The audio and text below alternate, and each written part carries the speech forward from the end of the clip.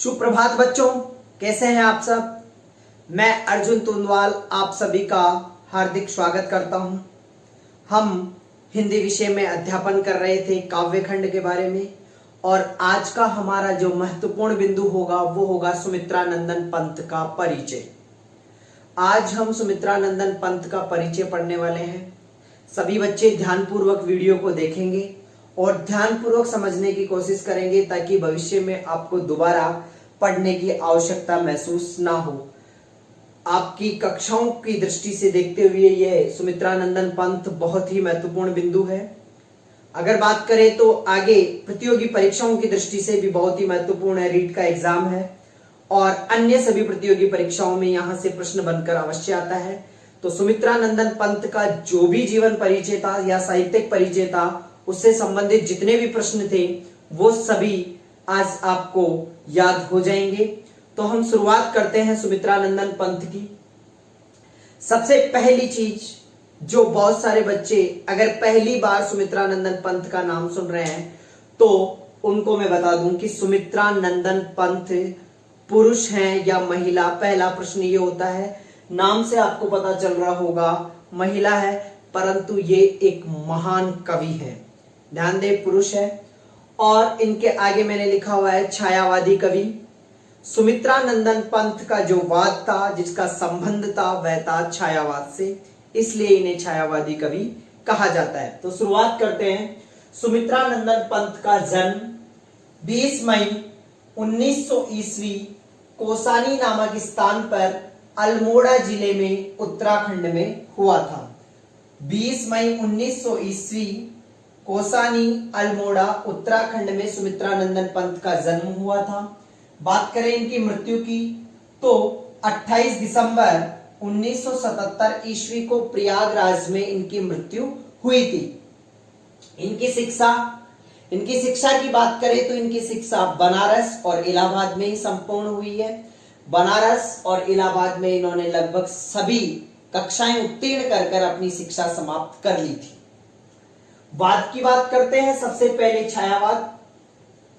देखो, छायावाद के अलग अलग विद्वानों ने अलग अलग परिभाषाएं दी है। बात करते हैं हम डॉक्टर नगेंद्र की हिंदी साहित्य के इतिहास के आधार पर। स्थूल के प्रति सूक्ष्म का जो विद्रोह होता है उसे छायावाद कहते हैं। या आप छाया के बारे में हम बात ना करके हम बताते हैं कि छायावाद से संबंधित जो कवि हैं, हिंदी साहित्य में बहुत सारे वाद हुए हैं। छायावाद हुआ, हालावाद हुआ, प्रगतिवाद हुआ, प्रयोगवाद हुआ, बहुत सारे वाद हैं।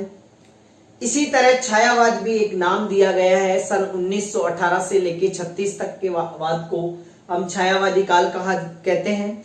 छायावादी काल में 4 प्रमुख स्तंभ माने जाते हैं। उन चारों प्रमुख स्तंभों में सुमित्रानंदन पंत भी अपना अहम योगदान देते हैं। 3 जो प्रमुख छायावादी कवि हैं, जयशंकर प्रसाद, सुमित्रानंदन पंत, सूर्यकांत त्रिपाठी निराला। इन तीनों के अलावा कोई भी छायावादी कवि नहीं है।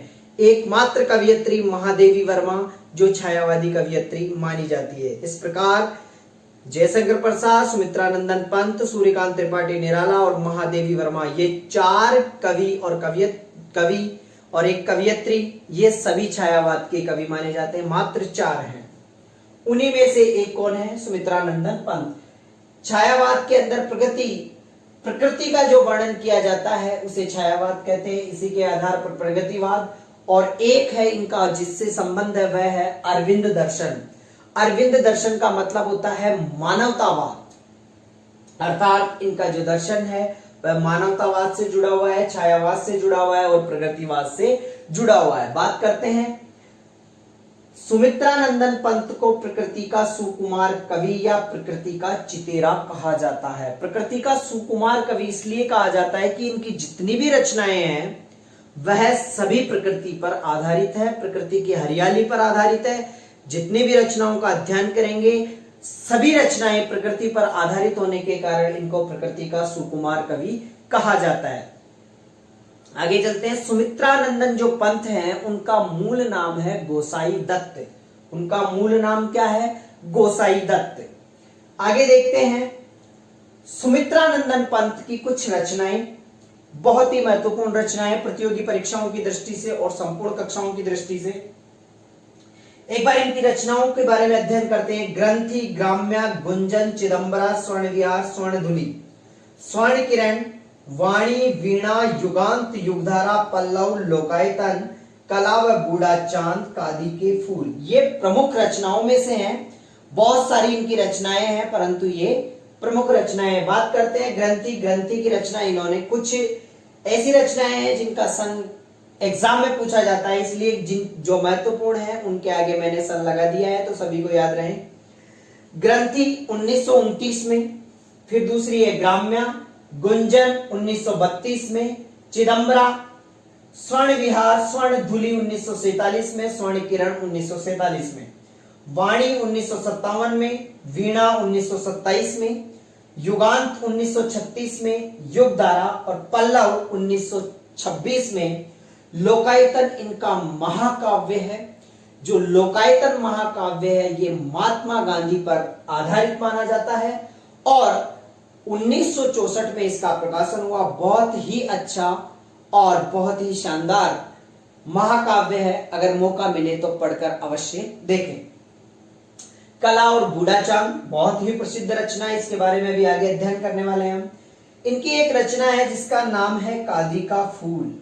खादी का फूल, इस रचना को दो कवियों ने मिलकर लिखा है, सुमित्रा नंदन पंत और हरिवंश राय बच्चन। पंत और बच्चन ने मिलकर खादी के फूल रचना लिखी है, एग्जाम में बहुत बार पूछा जा चुका है। छायावादी कविता की बात करें तो ये सभी छायावादी कवि होने के कारण इन छायावादी कविता है। तो छायावादी जो इनकी प्रथम कविता थी उसका नाम है उच्छ्वास।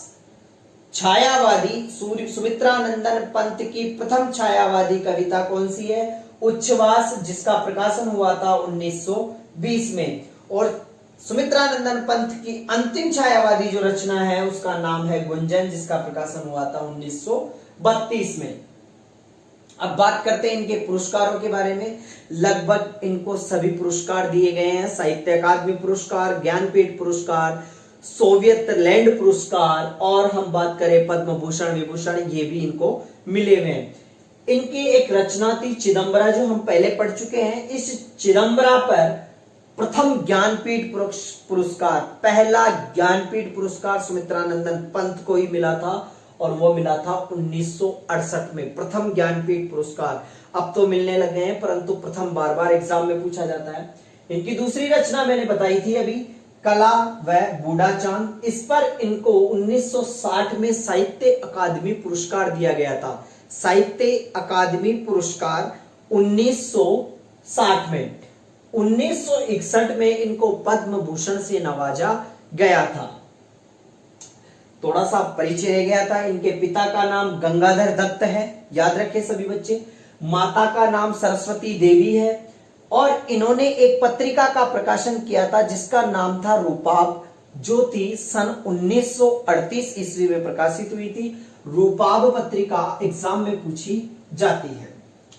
इन्हीं के विषय से संबंधित हम बात करते हैं। सन 1950 से लेकर 57 तक लगभग 6-7 वर्षों तक इन्होंने आकाशवाणी में परामर्शदाता के रूप में कार्य किया था। पंत को संवेदन इंद्रिय बोध का कवि कहा जाता है। बहुत ही महत्वपूर्ण लाइन है। पंत को संवेदन इंद्रिय बोध का कवि कहा जाता है। अगर कक्षा 9 की बात करें तो कक्षा 9 में इनकी एक कविता है जिसका नाम है ग्रामश्री। इसका अध्ययन हम करेंगे आने वाले वीडियो में। ये ग्रामश्री जो इनकी कविता है ये ग्राम्या काव्य संग्रह से ली गई है। ग्राम्या काव्य संग्रह से ली गई है और इस ग्रामश्री कविता में विशेष ध्यान दें, पूर्णतः प्रकृति का चित्रण किया गया, पूरी तरह प्रकृति का चित्रण किया गया है। ग्रामीण प्रकृति, हरी हरी फसलों के बारे में वहां वर्णन किया गया है, जो हम विस्तृत अध्ययन करेंगे जब ग्रामश्री का हम अवलोकन करेंगे, उसका अध्ययन करेंगे। तो ग्रामश्री के जो भी सुमित्रा नंदन पंत में प्रकृति के बारे में, हरियाली के बारे में जो चित्रण किया है वह आपको पता चल जाएगा। इनकी भाषा की बात करें तो इनकी जो भाषा थी वह बांग्ला भाषा भी थी और अंग्रेजी भाषा भी थी और संस्कृत भाषा भी थी।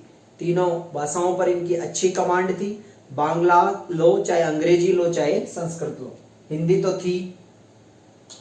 सुंदर से हृदय और भाविक कवि थे।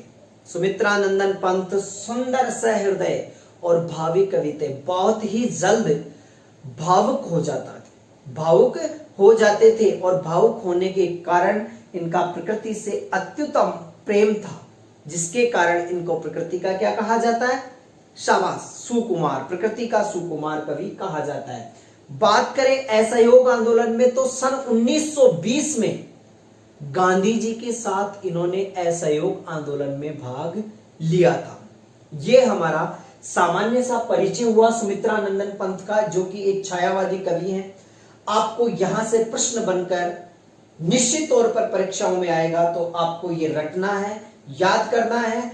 सुमित्रानंदन पंत की जो भी कविता है वो मैं आने वाले वीडियो में लेकर आऊंगा। तब तक के लिए धन्यवाद। जय हिंद, जय भारत।